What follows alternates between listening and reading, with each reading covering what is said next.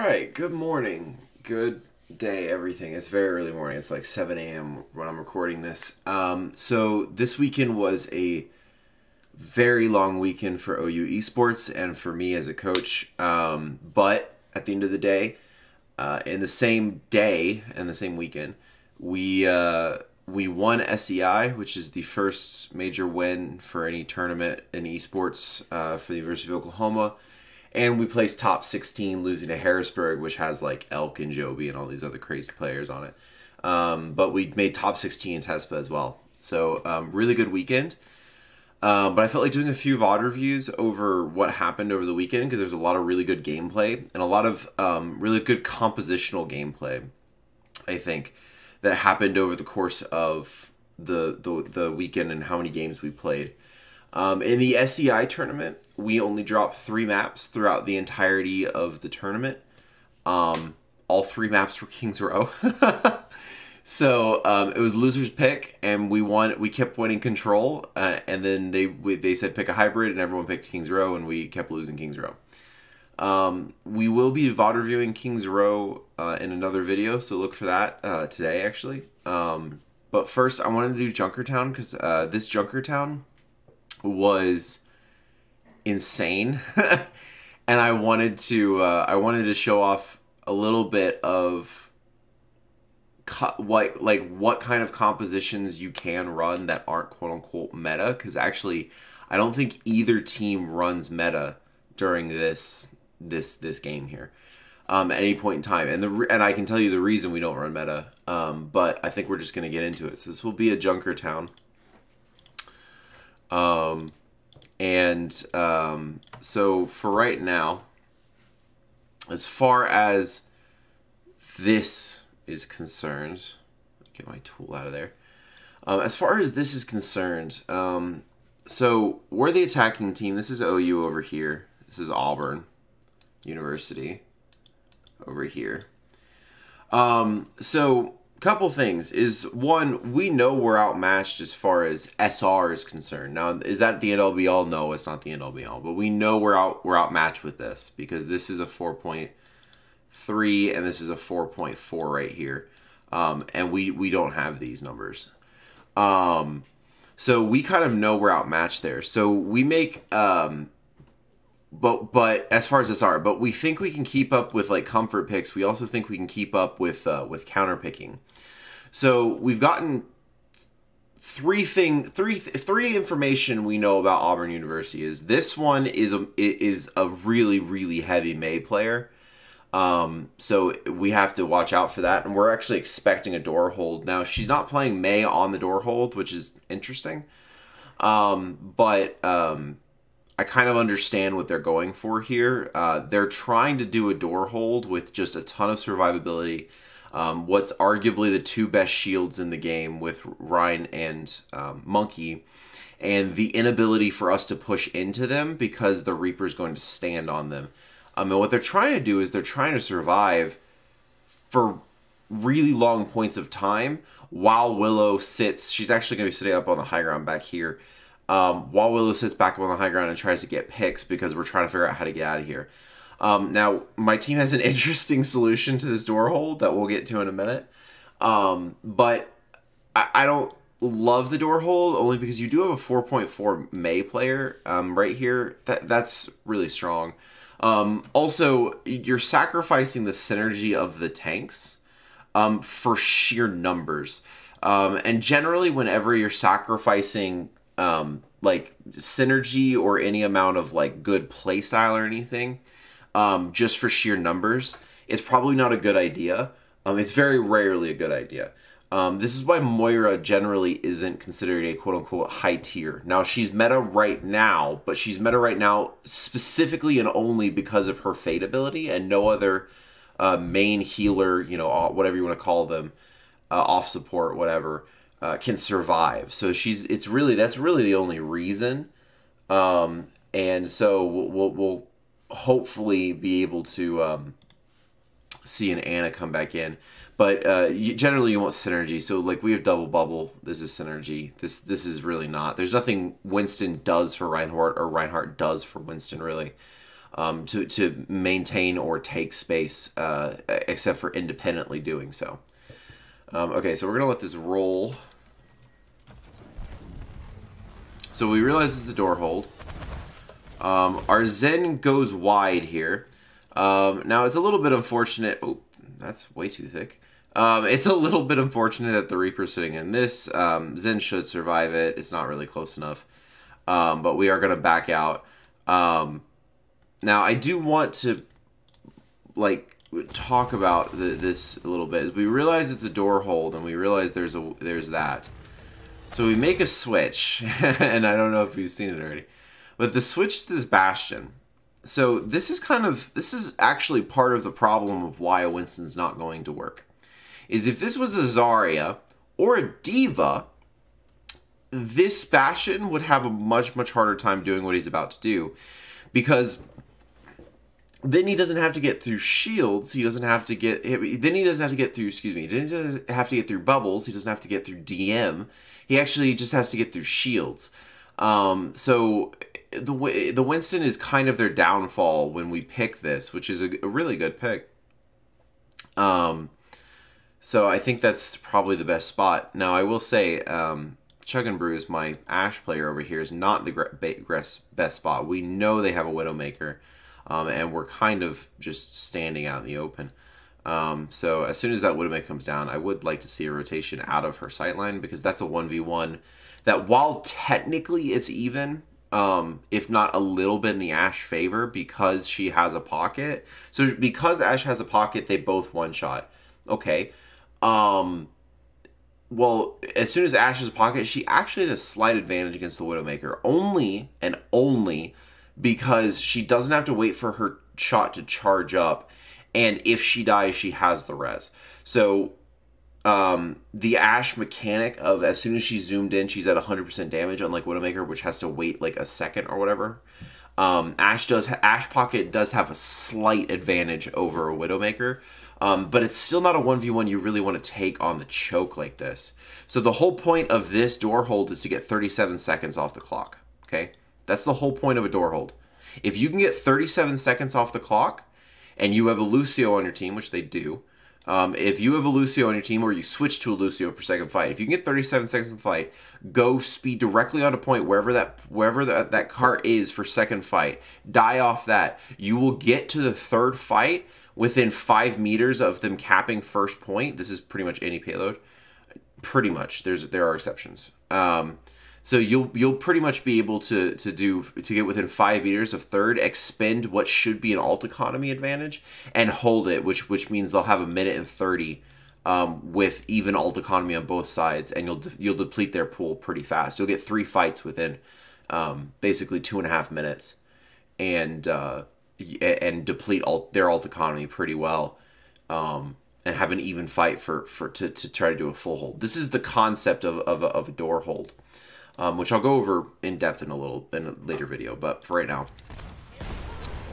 let's see how this Bastion plays out. Okay, our Zen doesn't make it out. That's kind of unfortunate.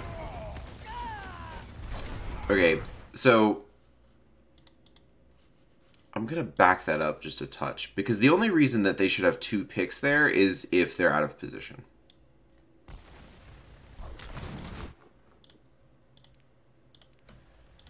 Okay, so our Winston is up. Our tanks go up top to try to get damage down over the top that they can't really reciprocate. Another reason why you really should have a Diva here. And the Bastion's just spamming away at this Winston. So this Winston hard checks the door. This is a mistake. This Winston hard checks the door, not really expecting any changes or anything like that. And that's one of the difficulties of doing a door hold, is they can literally change to whatever they want to do a hard counter. And it's an instant change, and they're already there at the fight. So it is very fast. So you have to constantly hit tab, or at least have someone constantly hit tab, calling out changes like this. So Bastion's already at 21% all charge because he's just melting this Winston. The Lucio tries to control the high ground. Now, technically speaking, this is actually a really good plan by Lucio. You kind of have to control the high ground here, especially when they're pressuring it like this, where there's 4 of us on high ground. So Lilithy has to pressure the high ground. The issue again is that they have a monkey and nothing else. I mean, I guess you could fade up to it, teleport up to it for the Reaper, but nothing else is really getting up to the high ground. But the Reaper's kind of out of position too. Nothing's really going up to the high ground. So the Lucio has to go up on his own, and he's probably just gonna get headshot. Yeah, and he just gets headshot. So that's really the problem, is he's just gonna get headshot. Now, the issue here is the bubble cooldown's gone, and my monkey, Hail Havoc, goes and jumps the squishies on the other side. Now, I know what he's trying to do.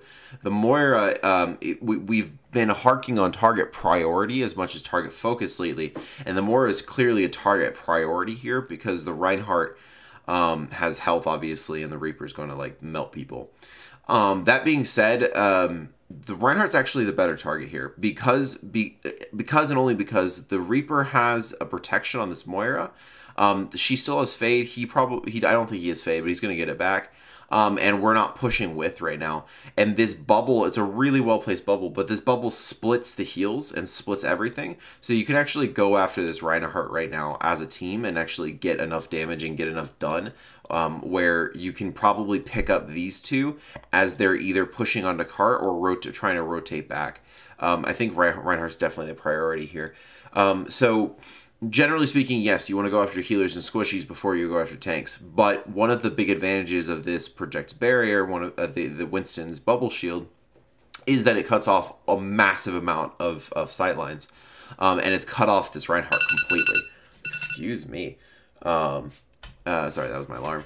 I think the Reinhardt here is the priority. And we'll go ahead and move forward because this is just going to be the other thing I'll say is that their Reinhardt and Moira backed off the point. When you do a full door hold like this, don't ever back out. Everybody die on point, because the whole idea of it, if you're going to commit to an idea, actually commit to the idea. Do the whole commitment. So if the idea is we're going to commit to the door hold, actually commit to it. Have everyone stall on point as long as humanly possible. Even if it's 1 second more, that's 1 second. You're playing for time. 1 second matters. So if you're gonna commit. You gotta die on point if you're doing a door hold. Don't back up like they did. One, you're probably not getting away. Now they did, but you're probably not getting away. Two, even if you are getting away, you regroup in the exact same position you would regroup in anyway. There's no point to that. So you can't. You need to die on point. You full commit. Now, I want to explain what we're doing here. So, this is not meta, right? This is a strange composition. Now, this is on purpose. We did this composition for this. This isn't just random. This is an actual organized 4.22, 4.3 team against, you know, an organized 4.3, 4.4 team. Like, this is what we're going for, okay? The reason we're going for this is this is map 3. This is the out of best of 3. We know a few things. We know they have a Mei. We know they have a willingness to play Sombra. The Brad over here can play Sombra. We know that. We also know that they have a fairly good Echo if they choose to, and a fairly good Ashe if they choose to, okay? So the idea here is that their tank line, we felt like our tank line was stronger. We felt like our tank line was very, very strong. And as long as we had the ability to get our tanks in and out of positions without being blown up by one of these 4 characters, we felt like we had a really good shot at winning. The other thing we felt was that our supports were better off with utility to support our tanks and things like that than sheer healing output. And so we felt like if we had a speed and or discord to move our tanks into and out of positions, we could easily outplay their tank line. And if we felt like if we had a Mercy that was able to pocket our DPS and both DPS here, it would even out the DPS playing field enough where we could, where they would feel pressure from our damage and not be able to just to chunk down our tanks. So that was the idea with the composition. And so we decided on this Ashe Torb, this pocketed Ashe Torb. And the reason we decided on this pocketed Ashe Torb is the one thing that all of this is missing except for this Ashe, and I'll explain that in a minute. But the one thing that all of this is missing is really long-range damage. Mei can do long-range damage, obviously, but it's not really her forte. She wants to be in a brawl, right? Sombra can kind of do like a medium-range damage, but again, not really her forte. She's, you know, not she's not really even staying in fights. Echo gets hard countered by a pocketed Ashe, obviously. And she does some damage long range, but it's all projectile, so it's all predicting, not direct. So we felt like an Ashe countered pretty much all of this. And then we also knew that they weren't going to run a Mercy, because they've been running this healing composition no matter what throughout the entire process. No matter what happens, they've been running this. So because of that, we felt like if we had a pocketed Ashe over a non-pocketed Ashe, we would win this battle as well. So that was our Ashe pick. Now, the Torb pick is also to counter this. So the Torb turret kind of denies some of the hacks. The shotgun of Torb kind of denies this a little bit. The turret of Torb denies this a little bit.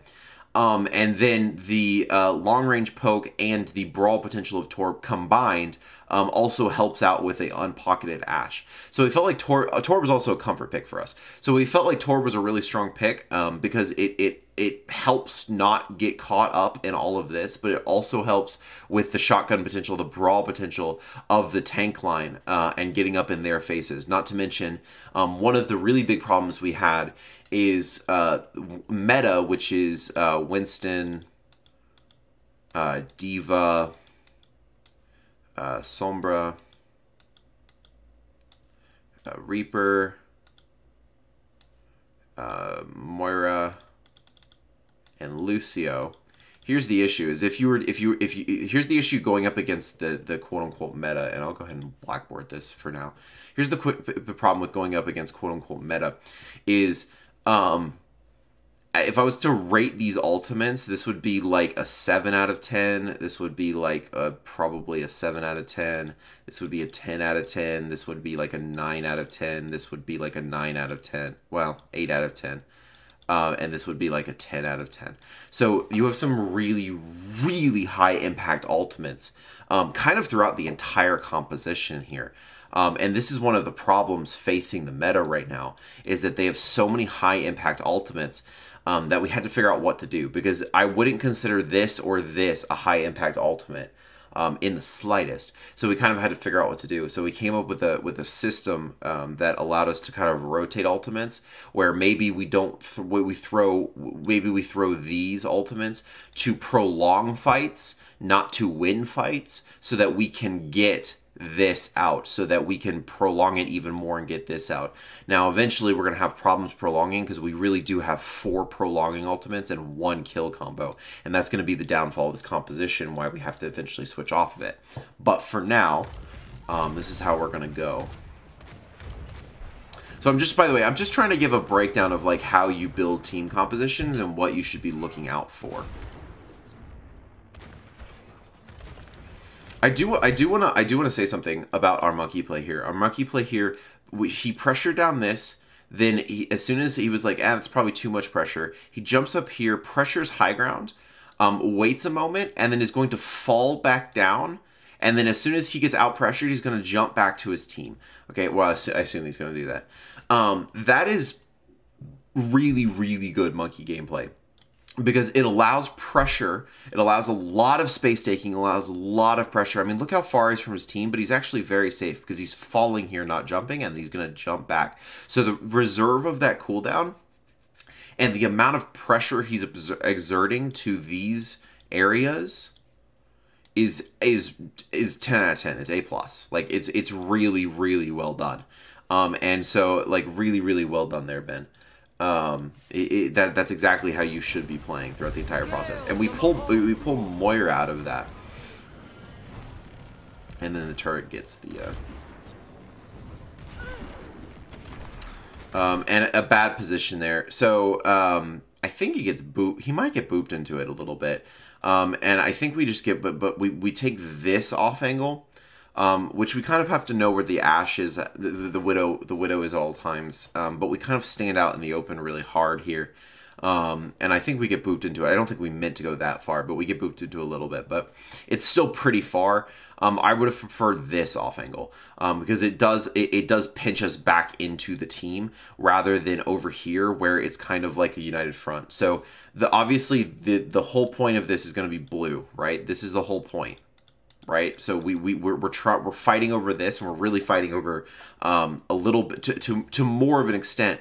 We're fighting over this space here, but we're not a brawl comp. We can't function, so we don't want to actually be standing in this space because it's really open. So this is really what we're fighting over. So if we fight this way and then this way, they're gonna back up this way and still have a lot of sight lines into this area. Okay, so that doesn't really work. That's not the best flanking route. In an alternative, if we're fighting this way, if we come this way, if they can still back out this way, but then we have this angle and this angle coming down on them, and we have a really good control of this area. And because if they don't go that way, which is exactly where we want them to go, they actually have to come back up into the area, and then they're dead because they're getting pinched. Okay, so they have to back out there. So I'll give them a yellow. So they have to back out here. Right? They have to go this way. They have to back out here. And whether they go this way or this way as soon as they back out doesn't really matter. But they go this way, right? So we're pinching them this way. Now, here's the thing. If they do eventually go in this direction, we actually do have the pinch. So they come down and they come this way, and it's a really good pinch. So they actually almost have to come this way, and we're forcing them out of this whole area. Okay, and that's really more of the point, is we're forcing them out of this entire area or they will die.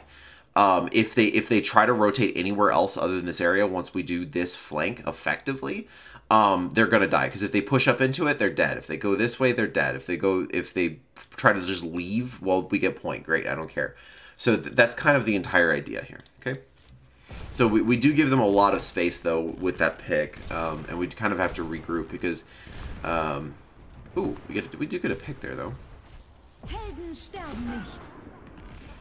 And another pick on the Willow gets another pick on the Lucio there. Okay, you were there. Okay. I'm not going to say that's really out of position. We just have to be really aware of it. I think that the main idea here is that we have to be a little more organized with our dives because we are valking here. And we switched to a ball. This is a good change. This is a good change because they're running double sniper. We need to get up in their face more because what I'm about to say is really the problem is that Ben is trying to Hail Havoc is trying to deal with, these are my players so I know their names. Hail Havoc is really trying to deal with these snipers and taking all this space and all these sight lines away from them by himself right now. He's really just doing it by himself and then hoping that Ike Chug and Bruise over here can win 1v1s. Now, he did win a 1v1 against the Hanzo, but that's really the whole idea. So this ball change is really good, but as a Lucio player, I think that we need to be a little more cognizant of where the dive is coming in at and where we can push things. So, for example, like if we know the Widow's back there and Ben says he's diving it, instead of going around this way, we should probably just speed on the ground and not wall ride because it's a little more predictable. We can speed on the ground. We can even jump off this and immediately hide behind this thing, go over, and then jump. So like pathing wise, we just need to delete the line of sight as much as humanly possible. But we need to dive with our Winston. I think we're actually in the process of doing that here. I think we were, but it's late. It's really late. So we need to clean that up a little bit. Do something!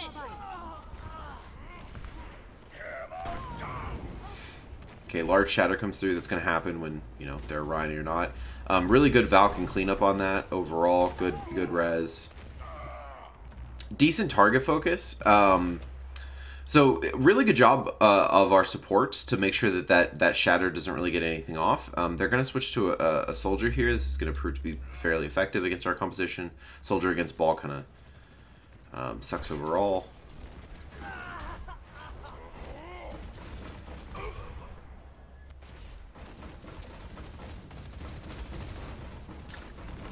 The payload has reached the checkpoint. Okay. Okay. So we cap first point with 4.5 minutes basically to go. Spoiler alert, we don't cap second point. fight. Now, there's there's going to be a couple reasons for this. One is we thrive really heavily off of the idea of, so there's a lot of battle strategies, and there really are battle strategies, but there's a lot of battle strategies.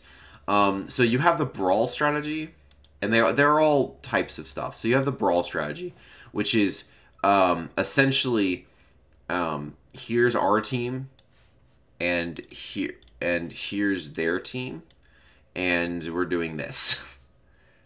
With small variations, right? With small variations, you know, who wins the brawl is depending on who can cycle their cooldowns better, who has a better understanding of natural cover and better understanding of target priority. Like who wins brawl v brawl is a very micro decision making thing. So brawl is really decided on the micro.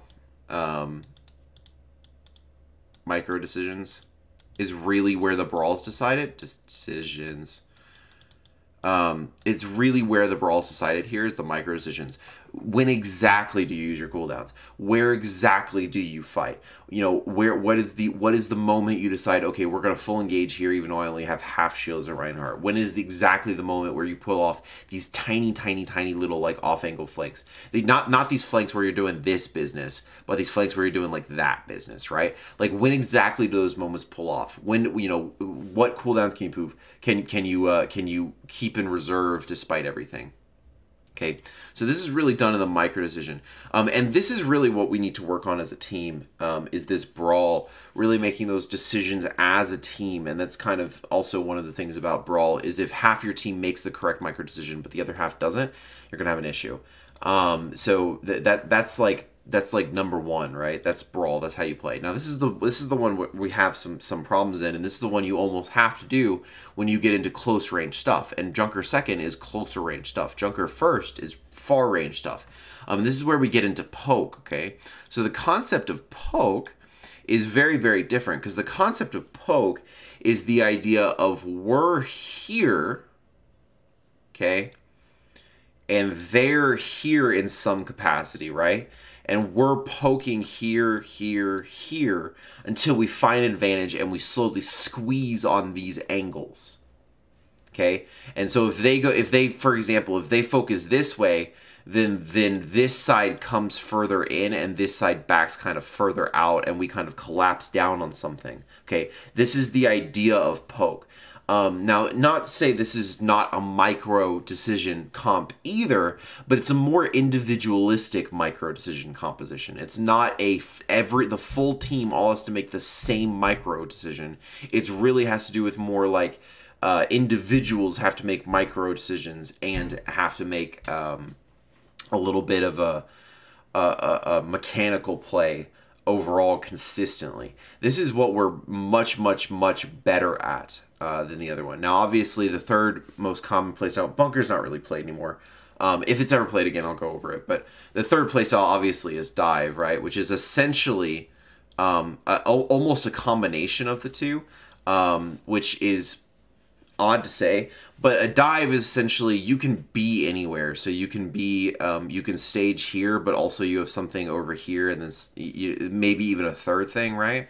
And they're usually like in some area like this. And the idea is that you go from this split position, and instead of poking from range and then collapsing on a target, you automatically collapse on a target.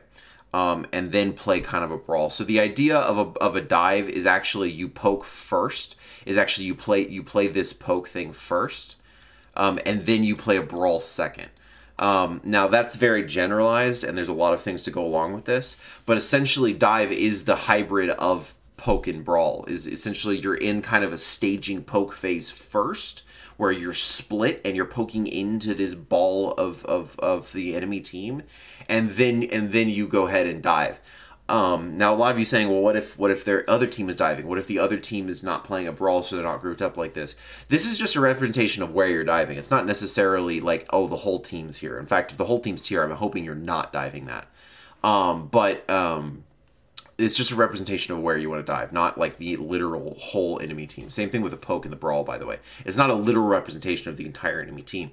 More actually with the brawl it might be, but it's more of where you want to be and where you want to fight and where your enemy team is, like the space they control right now.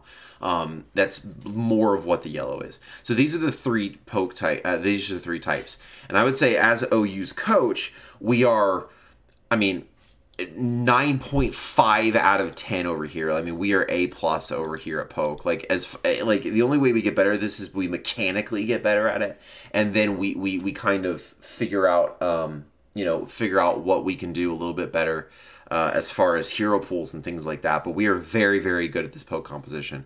This is what we thrived at last semester when we had that double barrier meta that we hated so much and all this other stuff, that we ran that Orisa ball composition. It was a poke composition. Is really what it was, and with the pharmacy and everything. So we're very, very good at poke, and I'm very proud of that.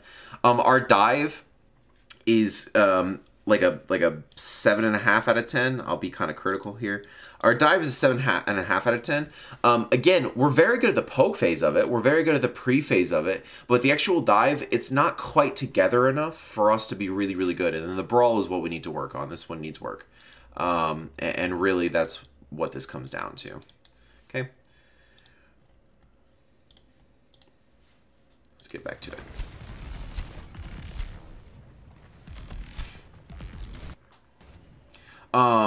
So I'm not gonna do our by the way, I'm not gonna do our defense. The defense is incredible, and it deserves a VOD review of its own. So we're only going to do the attack here. I'm gonna skip that initial fight because it was a it was kind of an ulti weird position fight where they threw a lot of stuff at us.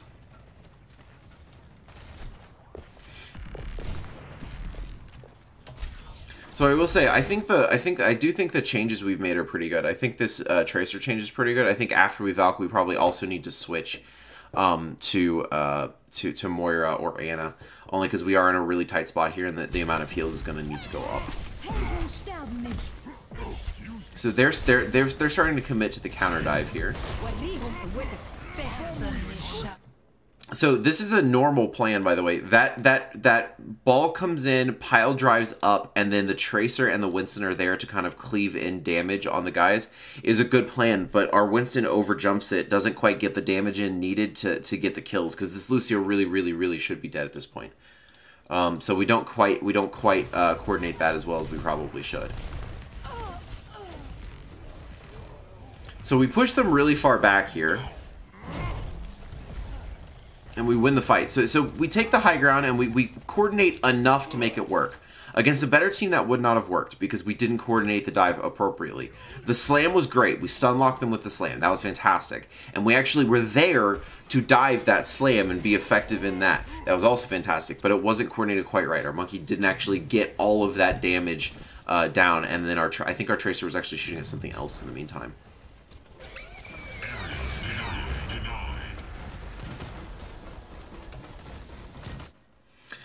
So this is where it starts. This is where it's going to go wrong here. Is that we do a dive on the high ground and 3 of us go up there, which is great. Our Winston, that's interesting. The hexagons as the shield breaks. Our Winston goes back to point where the ball is, where the ball in like their tank line is, and we really need him up here. And then our Mercy also apparently gets caught because our Mercy doesn't have anything to fly to. So our Mercy gets caught, our Winston's not with this to help clean this up, and Winston does an incredibly good amount of damage here. And so we don't really get the picks necessary here to do what we need to do. And then the Torb is just taking a really long time. I would like to see the Torb change too, but we do have ultimate, so that's okay.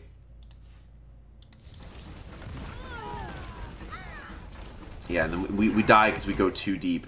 So a lot of things happen here. One, we dive the high ground, and because our Winston's not with us, and maybe even the Torb's not with us, we don't quite get the initial impact of the dive that we probably want. And then because we don't get the initial pack, we actually chase too deep.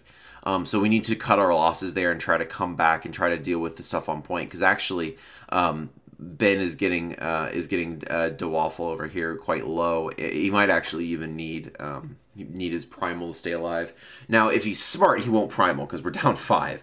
So even if he dies here, it's not a big deal. But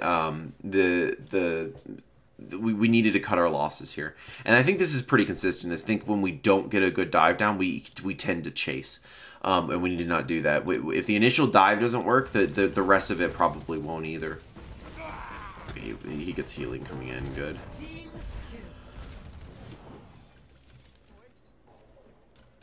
By the way, just to be clear, the reason that I want the Torb changed, okay, I don't like the Hog change unless we're gonna switch to a full brawl composition. I don't like the Hog change. The reason I wanted the Torb change is because we were still running a dive, and a fairly effective dive, something we were running together.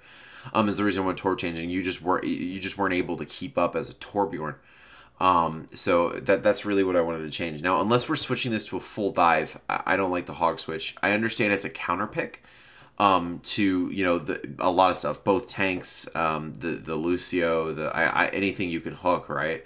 I understand it's a counter pick, but at the same time, the team composition is really dependent on diving, and we were doing well with the dive. We just overchased that one time. I felt like it's a really effective composition. Otherwise, I don't feel like that Hog change was necessary or recommended, really. And we're not switching, so our team comp's really messed up now.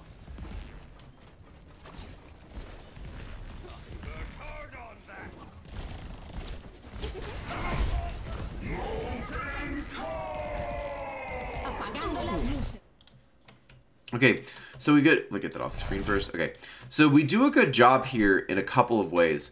So we do a good job taking the high ground and then making sure we ult first, so that we're kind of deleting a lot of the space with the Torbjorn ultimate. They get 5 EMPs off, which isn't that big a deal, except our Moira's out of position. And let's see if what we could have done about that.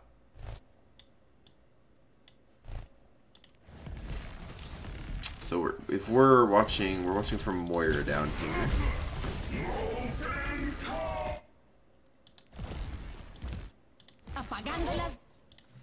Okay, so really two things we could have done differently here, and neither one is particularly easy. Okay, the first thing, again, let's get this EMP off the screen because that's a lot of purple. The first thing that we could have done is that we could have tried to like react to the sound cue with a fade. Okay, we could have tried to react to the sound cue with a fade into Mega. Now I think that Mega's hacked, but even so, we could have tried to do that. Now that's difficult and not something I would expect someone to be able to do consistently.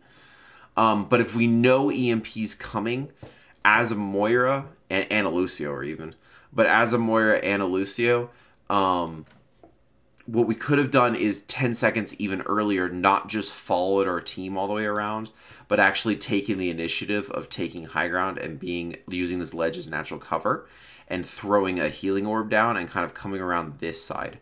Now that's a really big ask as well, because what we're asking there is basically saying, okay, if an EMP is coming through, if I'm anywhere in this area, I have no escape route, which is the difficulty of this area. It's a good map design. It's the difficulty of this area. It increases the value of the high ground in this area because if there's no escape in this area and you have high ground, you're just being shot down, you have nowhere to go.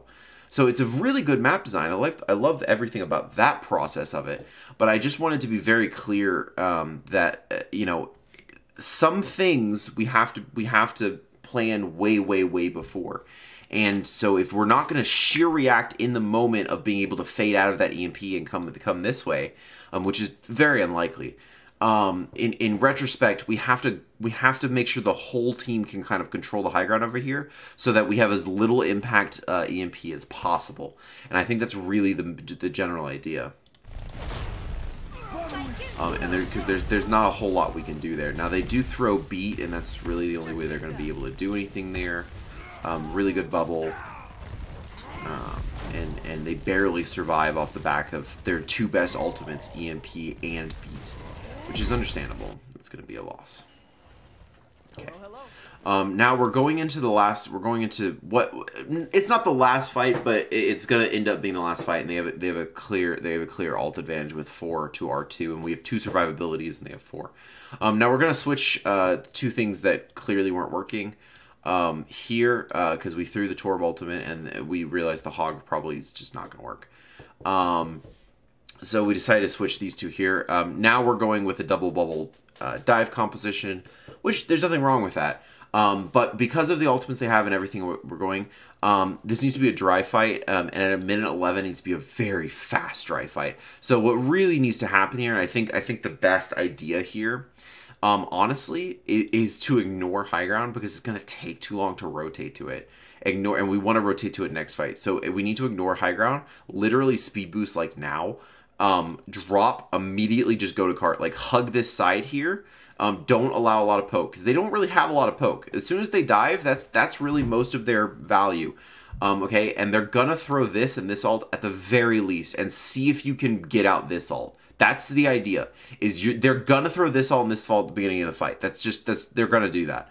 The next idea is don't ult anything and have your tracer mark. It's called marking. Mark this this Winston so that he's forced to primal. So try to survive as long as humanly possible so they feel like they have to primal or they're gonna lose the fight. Okay, so that's the idea, is mark that Winston with probably both your DPS, honestly, and just don't leave him. That's your best bet as far as planning is concerned here, in my opinion. Okay, we take that high ground instead. So this is taking too long. We have to be on point now. So yeah, we're playing for second fight now. So after it gets under a minute like this and we're not even to cart yet, we're playing for second point. Now they've already dove, which means and they've already cold, which means we can probably. This is actually pretty good for us, especially because we're gonna have pulse bomb on top of this. So we're gonna have to do our best here though. So we do have to survive it, and we come. Okay, we split. Okay, we do split. So our DPS come around to try to get cart as everyone else is kind of distracted coming this way, but they have Ball and Lucio and a lot of fast stuff, and this is just not going to be a very good idea.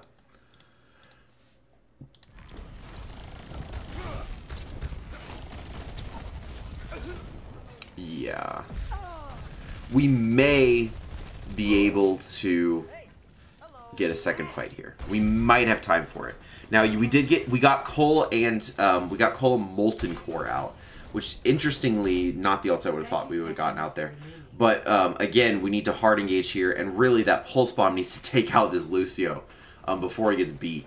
So we need to take out the Lucio with pulse here and do our best there.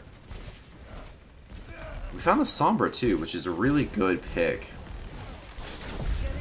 Okay.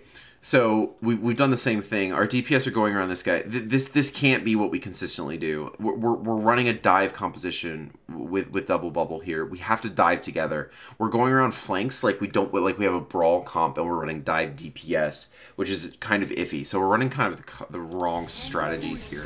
Because this Winston's dead, by the way. If we have people with us, this Winston's dead because he's alone, or at least he props primal. Props primal anyway. It's gonna juggle our Moira, but that's not gonna really do any much. Eventually pick that up, but because of the juggle, our Moira's not able to heal up our Doomfist, and we're splitting focus now.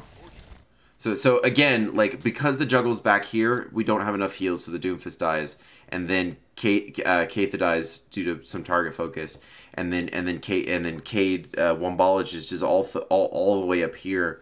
So we just split really hard. We actually have this fight won. All we have to do is have a call out from, I don't know if we had a call out or not, but all we have to do is have a call out from Deranged, saying, "Oh, I'm getting juggled in the back, care," and then so everyone knows to care to the back of point here. Because we have the picks, like we have the understanding, like we get the Sombra, everything's low, like the monkey's alone, like we have everything going really well for us here. We just need to back up and take some care here, but it's gonna end up not working out because we just split really hard. And we primal for time, and Doomfist will be able to come in for half a second, and maybe even, yeah, no, okay. And that's the end of that. Okay, so that's the attacking round. We do end up winning this map. We win everything other than King's Row. But so we do end up winning. So generally speaking, that's kind of where we are on compositions and like where we are on other things as far as that goes.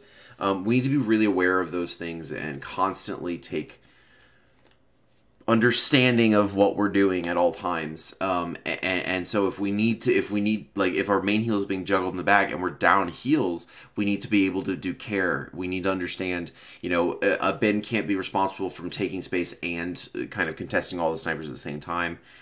You know, Lucio needs to go help, you know, off anglers, whatever we need to do there. And then a little bit of positional work as far as standing in the open or pathing, things of that nature. But I'm not going to make this video go any longer. It's already 45 minutes.